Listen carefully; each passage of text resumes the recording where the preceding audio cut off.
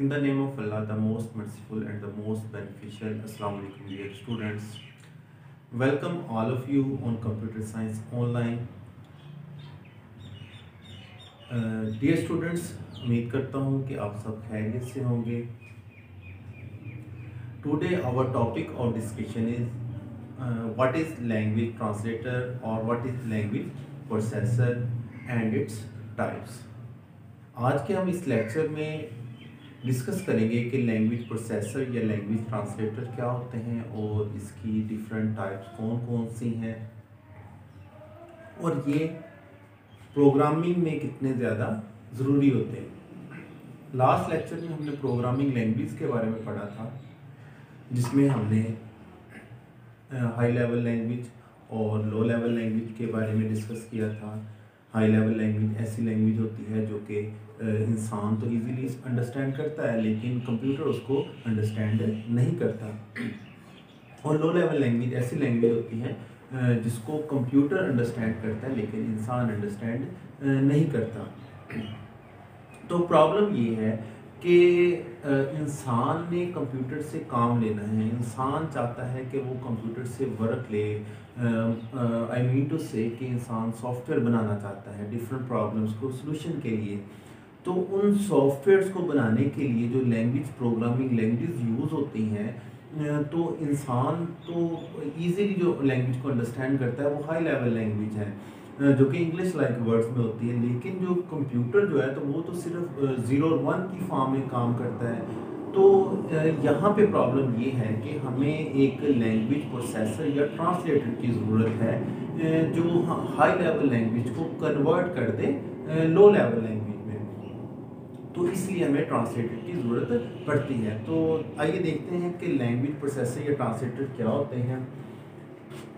A system software which translate the program written in high level language into low level. यानी language processor या language translator एक ऐसा system software है जो convert कर देता है हाई लेवल लैंग्वेज को लो लेवल लैंग्वेज में. यानी हाई से मतलब क्या है, ऐसी लैंग्वेज जो इंग्लिश लाइक वर्ड में होंगे, और लो से मतलब 0 और 1 यानी बाइनरी फॉर्म में. यानी लैंग्वेज प्रोसेसर ने या लैंग्वेज ट्रांसलेटर ने हाई लेवल लैंग्वेज को बाइनरी फॉर्म में कन्वर्ट कर देना है. हमें इसकी ज़रूरत क्यों पेश आ रही है? हमें ज़रूरत, मैं इस चीज़ को पहले भी एक्सप्लेन कर चुका हूँ लेक्चर स्टार्ट करने से पहले, कि हमें इसकी ज़रूरत इसलिए पेश आ रही है कि क्योंकि हमारा जो कंप्यूटर है वो ओनली 0 और 1 की फॉर्म में वर्क कर रहा है. उसको नहीं पता A क्या है, उसको नहीं पता B क्या है, उसको नहीं पता 2 क्या है, उसको नहीं पता 5 क्या है. ना तो वो डिजिट्स को जानता है ना ही अल्फ़ाबेट्स को समझता है. वो जस्ट 0 और 1 की फॉर्म में वर्क करता है. तो हमें उसको अपनी बात समझाने के लिए, उससे काम लेने के लिए हमें अपनी लैंग्वेज को कन्वर्ट करना पड़ता है. उसके बाद हम इसकी टाइप्स को डिस्कस करते हैं. इसकी 3 डिफरेंट टाइप्स हैं जिनमें कंपाइलर भी आता है, इंटरप्रेटर भी आता है और असेंबलर भी आता है. कंपाइलर एक ऐसा लैंग्वेज प्रोसेसर है जो कि सोर्स प्रोग्राम को कन्वर्ट करता है मशीन कोड में या ऑब्जेक्ट कोड में एज ए होल. सबसे पहली जो टाइप है इसकी कंपाइलर है. A language processor which translate the complete source program into object code. Compiler एक ऐसा लैंग्वेज ट्रांसलेटर है जो कंप्लीट प्रोग्राम को कन्वर्ट करता है ऑब्जेक्ट कोड में. अब क्वेश्चन ये है कि सोर्स प्रोग्राम क्या होता है और ऑब्जेक्ट प्रोग्राम क्या होता है या ऑब्जेक्ट कोड क्या होता है. कोई भी कोड जो हमने हाई लेवल लैंग्वेज में लिखा होता है उसे कहा जाता है सोर्स कोड, और वो कोड जो लो लेवल लैंग्वेज में होता है उसे कहा जाता है ऑब्जेक्ट कोड. तो a language processor which translate the complete source program into object code. यानी लैंग्वेज कंपाइलर एक ऐसा लैंग्वेज प्रोसेसर है जो कंप्लीट प्रोग्राम को, ये बात पे आपने गौर करना है, कंप्लीट प्रोग्राम को कन्वर्ट करेगा हाई से लो में, उसे कहा जाता है compiler. It translate successfully if there is no error in a program. फिर दूसरी कंडीशन इसकी ये है कि ये तभी कन्वर्ट कर पाएगा हाई से लो में जब उस प्रोग्राम में कोई भी एरर मौजूद नहीं होगा.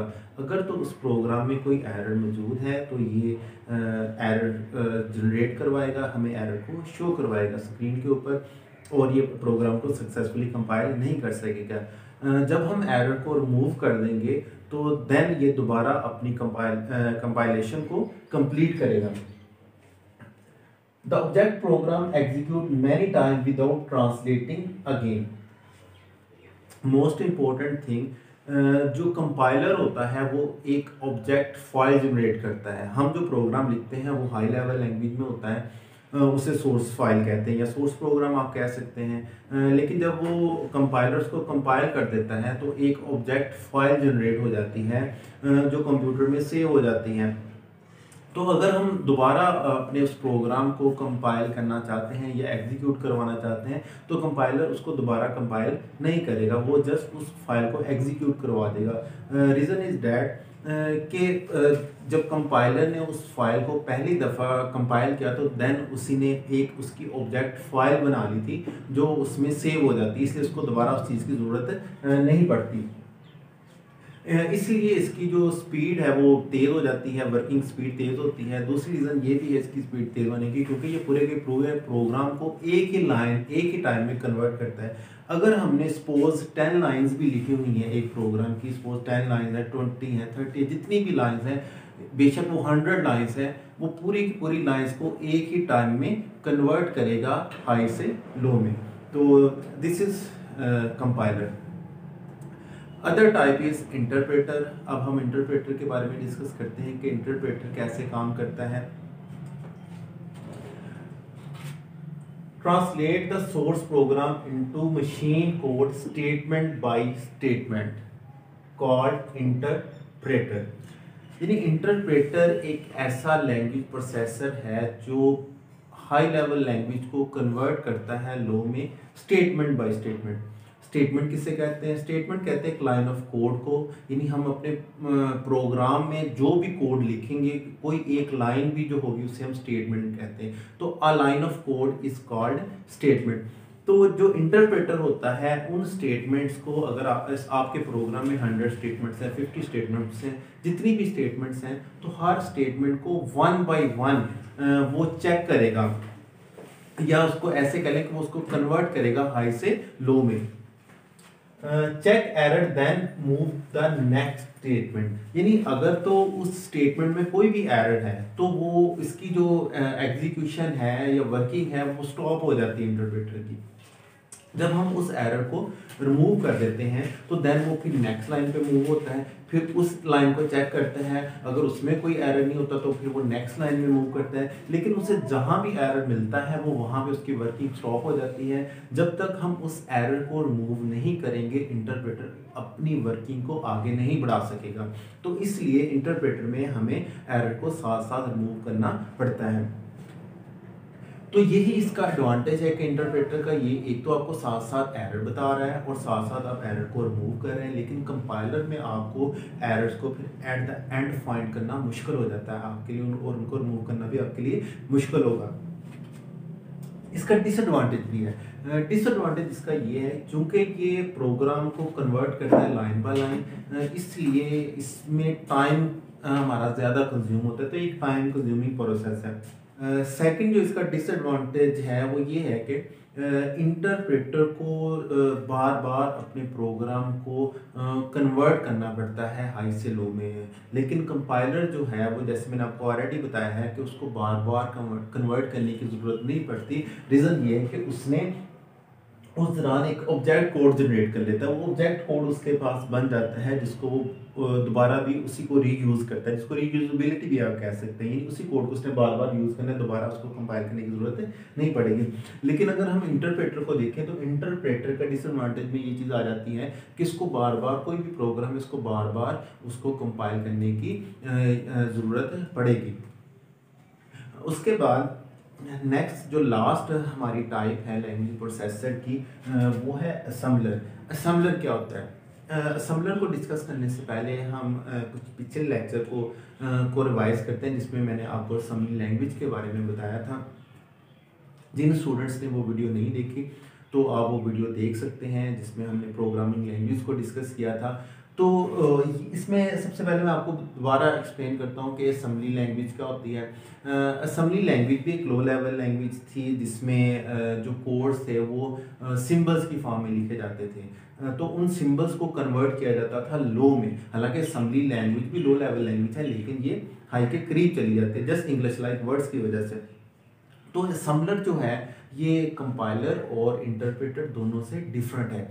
ये क्या करता है, translate the program written in assembly language into machine code. तो ये असेंबली लैंग्वेज में जो कोड लिखा होगा उसको कन्वर्ट करेगा मशीन कोड में, तो इसे हम असेंबलर कहेंगे।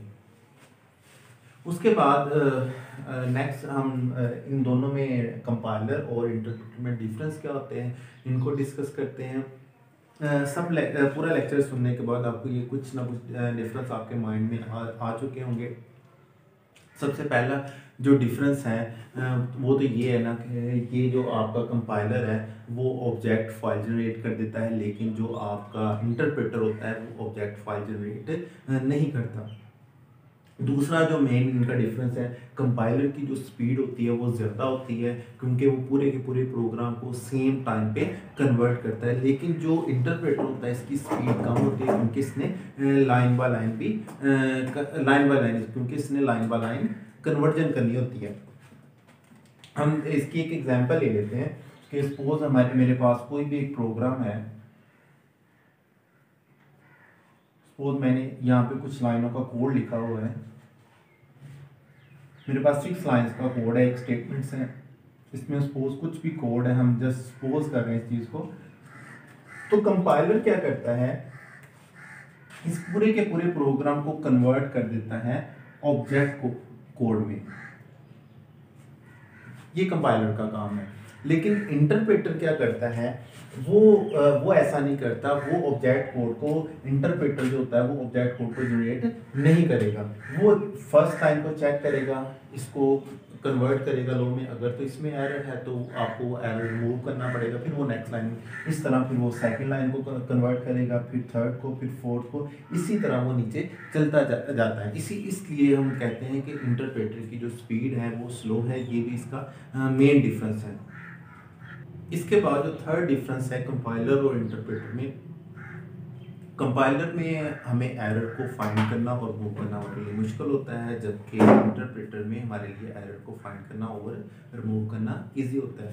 इसके अलावा बहुत सी प्रोग्रामिंग लैंग्वेजेस ऐसी हैं जो ज़्यादातर कंपाइलर का यूज़ करती हैं, लेकिन बहुत कम ऐसी लैंग्वेज हैं जिनमें इंटरप्रेटर का यूज़ होता है। तो डियर स्टूडेंट्स, उम्मीद करता हूँ कि आपको आज का लेक्चर समझ आया होगा। अगर आपके माइंड में कोई भी क्वेश्चन है, कोई भी क्यूरी है, तो काइंडली आप कमेंट बॉक्स में कमेंट कीजिएगा। इसके बाद अगर आपने अभी तक चैनल को सब्सक्राइब नहीं किया तो काइंडली चैनल को सब्सक्राइब ज़रूर करें और अपना फीडबैक ज़रूर दिया करें। अपना बहुत सारा ख्याल रखिएगा। प्रोफेसर फ़ाज़ सरवर को अपनी दुआओं में याद रखिएगा। अल्लाह हाफिज़।